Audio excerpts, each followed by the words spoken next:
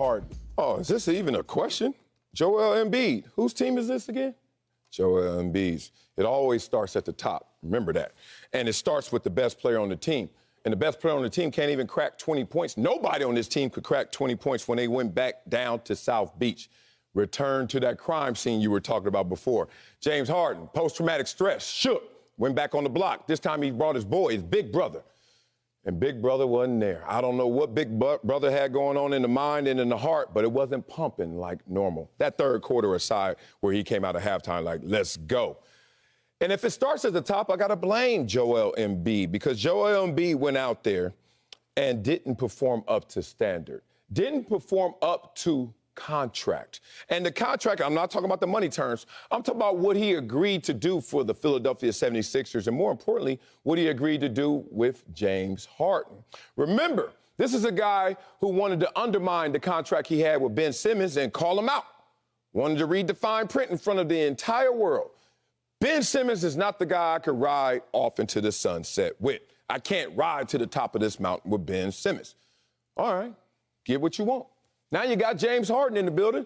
And James Harden, you finally play a game on the road. You go back to Miami, and this is how you return the favor. So I got to blame him. To me, it's really simple. James Harden is not asked or not tasked with being the guy on this team. It's the top dog. It's Joel Embiid. Nah, this is on Harden, and it's all on Harden. Harden and Embiid are tethered together. That's really what it comes down to. These two are in a partnership. Remember, we equated them to, not we, but some, to Kobe and Shaq in their prime. These two are tethered together. Harden is a superstar. Embiid is a superstar. And what I know about being tethered together, at least what I've heard, sometimes you got to pick somebody up when they're down. Sell 4 engagements, but only one marriage. One marriage. Yeah. That's good numbers. That's good numbers. So that means you must have said some sort of vow, something along the lines of to have and to hold, and sickness and in health. One time? For better, for better, for worse, and richer, for poor, all them things. And yeah, that's it. I said all that. Okay. Something along them lines. In sickness and in health, big dog. Harden knows that Embiid is hurt. How's he hurt? Orbital fracture. Stop. Concussion. Wrist. Harden knows that Embiid is hurt. Can you please just hold me down while I'm hurt for once? Just one game. One game. First 2 games without Embiid. Harden, atrocious. Embiid shows back up. Now Harden, all of a sudden, he wants the ball. Now Embiid gets knocked out in the face, 6 minutes, 11 seconds, second quarter. Embiid is on the ground, rolling around in pain. Harden, I need your help. I'm hurt right now. I just got hit in an eye that's already fractured.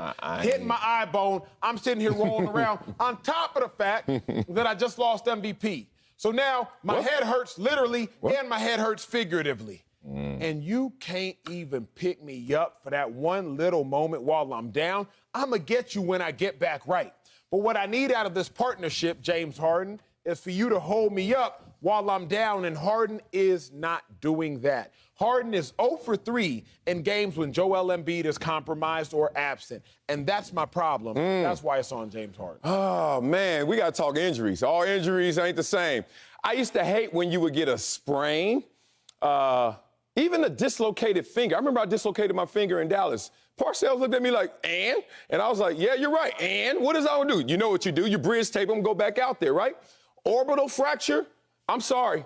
Okay, you know what? You're going to miss the game. We're going to fit you for the mask. You go back out there. Ain't nothing wrong with you with an orbital fracture. It's a fracture. That means you're not stressing it. The mask will protect you. You get hit in it again, it's going to hurt. Guess what? That pain will subside. But this contract that you signed, it is for every single moment you're on that basketball court. Once you cross those lines, we expect something from you because who is much given, much is expected. I'm not giving him that pass. If he had bone bruise and John Morant comes back, it's not the same. I give you that.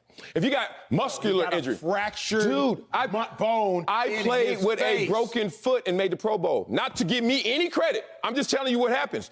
It ain't nothing compromising me but pain management. He made it in the MVP race. Hey, hold on. You forgot. He came back from that orbital fracture and gave you 24 while James Harden gave you 31. So James Harden like, yeah, I can't carry the load, but this ain't my load to carry. Now, we going back to South Beach. Can you be you? Because I'm me. And you know who I am? Second to you. That's all James Harden is saying. He reminded him where he signed.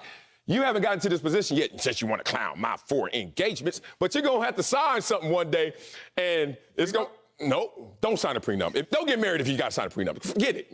Who cares about the money? You're going to make more. You got talent. Here's the thing. You got to sign, and then it says spouse's signature. Ooh. Now, that's gang-related. The first time you sign that, when you realize you're putting all the money up and it just say her signature and it's half hers, you be like, oh, that's interesting. Then you're going to think about that prenup again. But don't do it. Here's the thing, though. You always have to sign together. Right. But they also know who is the primary signator. And it ain't James Harden. It is Joel Embiid. So that's why this all falls on him. I like your line about tethered together, because we're tethered together. We understand, like, we got to pick each other up and you got to be there for each other. But, Acho, some excuses are not good enough. An orbital fracture just means protect your face. It's going to hurt sometimes, but you can play through it. And we've seen everyone from Rip Hamilton to Kobe. Everybody's played through something like this before in terms of wearing the mask and balling. Even Embiid did it. He just didn't do it when he went down to South Beach. I hear you. Come on, man. But James Harden is what, top 5 when it comes down to most three-pointers made in a season? So, James Harden, you're supposed to be lethal from beyond the arc, but you're 5 for 18 from beyond the arc in South Beach. The only person you are killing is your own team. So when I'm looking at it, Sel, I hear you. And Embiid is supposed to be the guy. But you can't always be the guy when you are compromised. We've been in these positions before. Oh, Sel, your voice hurt? All right, let me read these scripts. Yes. More often than not, hey, Acho, your voice hurt? Hey, all right, I'm going to pick you up. I'm going to read these scripts. Because you pick somebody up when they're down. James Harden refuses to pick up Embiid when he is down. He refuses to carry the load for a game or 2. I do not need James Harden to steal 3 games. James Harden, just steal 1. That's all I need you for. Give me a 40-point game, please. Give me a 50-point game because I know you're capable of it, please. But 5 for 13, 2 for 6 from beyond the arc, 14 points, minus 29 plus or minus, the worst of any player on your team and the worst of all starters? Can you please, James Harden, show up for me when I need you just once? I don't need you to do it every day. I don't need you to do it every game. But, Sel, the fact that he can't relieve Embiid even one time, it's embarrassing. He can't pick up Embiid. Embiid got to do that. You know, when you ever get injured and you have crutches, you ever have crutches? First of all, crutches, watch what you wear. You're going to sweat. You work with crutches. Crutches are, I'd rather stay injured. Crutches are pain. However, every doctor will tell you this is to help you walk, but you got to do your part. You can't just lean on the crutch. You're going to fall down. Embiid, you can't just lay on Harden. He ain't going to be able to hold you up. He's not that crutch. But you know what's crazier? And this is what Joel Embiid has been getting away with. It's time to call him out fully. This whole MVP conversation kind of distracted us from what's going on with Joel Embiid. Him calling out his teammate Ben Simmons, that was a crime. To me, that was a felony. But we let him off on a misdemeanor. We didn't even try him as an adult, it felt like. Okay, that's fine. But have y'all been peeping Joel Embiid in the postseason the last 3 years? You want to talk about it? Let's start at the beginning. When in 2019, he was averaging 30 points a game. 2019, 2020, 30 points a game. 28 points a game. This season, 24. Wait a minute. James Harden signed up to be number 2. And tethered together, I'm signing up to be with the MVP. He should pull me up. In the postseason, Joel Embiid is not only not going to pull you up, he's going to pull himself down or try to lay on you as the number 2, as Ben Simmons found out.